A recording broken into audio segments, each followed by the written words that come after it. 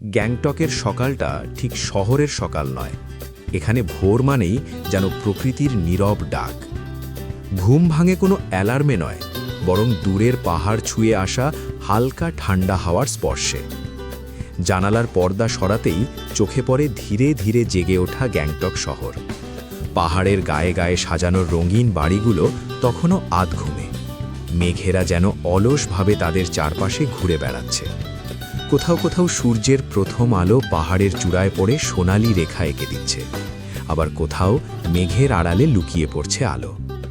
এই শহরের সকাল এক অদ্ভুত শান্তি নিয়ে আসে, যেখানে শহর আছে কিন্তু কোলাহল নেই।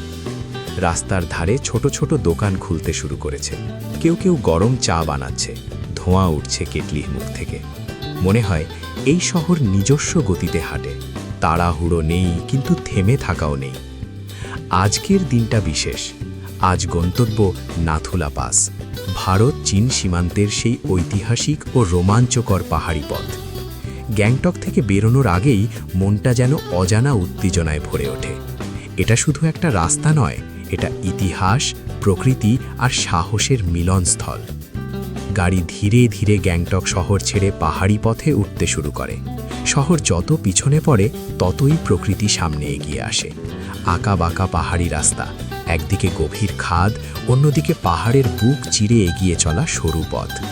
প্রতিটা বাঁকে যেন নতুন এক দৃশ্য অপেক্ষা করে থাকে।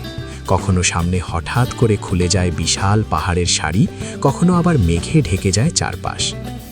এই রাস্তা শুধু চোখের জন্য নয়, অনুভূতির জন্য। গাড়ির জানালা দিয়ে তাকালে বোঝা যায় পাহাড় কতটা জীবন্ত হতে পারে। কোথাও ঝর্ণা পাহাড়ের গা বেয়ে নেমে এসেছে, কোথাও ছোট ছোট প্রার্থনা পতাকা বাতাসে দুলছে। লাল, নীল, হলুদ, সাদা আর সবুজ রঙে ভরে যাচ্ছে আকাশ। মনে হয় এই পতাকাগুলো শুধু রং নয়, পাহাড়ের সাথে মানুষের বিশ্বাসের বন্ধন। যত উপরে ওঠা যায় ততই ঠান্ডা বাড়ে, বাতাসে অক্সিজেনের পরিমাণ কমে আসে। শ্বাস নেওয়াটাও একটু আলাদা করে টের পাওয়া যায়।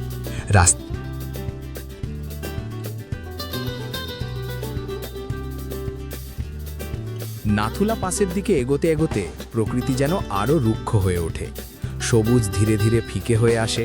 পাহাড়ের গায়ে দেখা যায় পাথর আর বরফের ছোঁয়া। আকাশটা এখানে আরও কাছে মনে হয়। মেঘেরা যেন হাত বাড়ালেই ছোঁয়া যায়।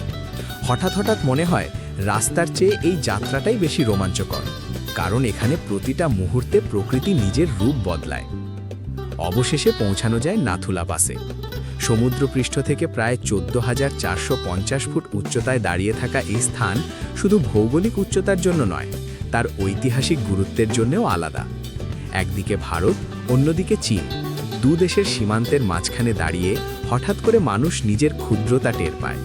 চারপাশে তুষার ঢাকা পাহাড়, প্রবল ঠান্ডা হাওয়া আর সেই নিঃশব্দ গাম্ভীর্য, যা ভাষায় প্রকাশ করা কঠিন। এখানে দাঁড়িয়ে মনে পড়ে যায় প্রাচীন সিল্ক রুটের কথা। একসময় এই পথ দিয়েই বাণিজ্য চলত, মানুষ চলত, সভ্যতা এক দেশ থেকে আরেক দেশে যেত। আজ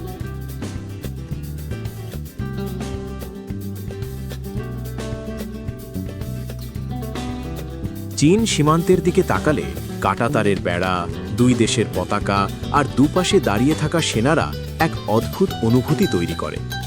এখানে দেশপ্রেম শব্দটা আর বইয়ের পাতায় থাকে না, এটা বাতাসে মিশে থাকে, পাহাড়ে খোদাই হয়ে থাকে। মনে হয় এই পাহাড়গুলো শুধু প্রাকৃতিক সৌন্দর্যের প্রতীক নয়, এরা নীরব প্রহরী।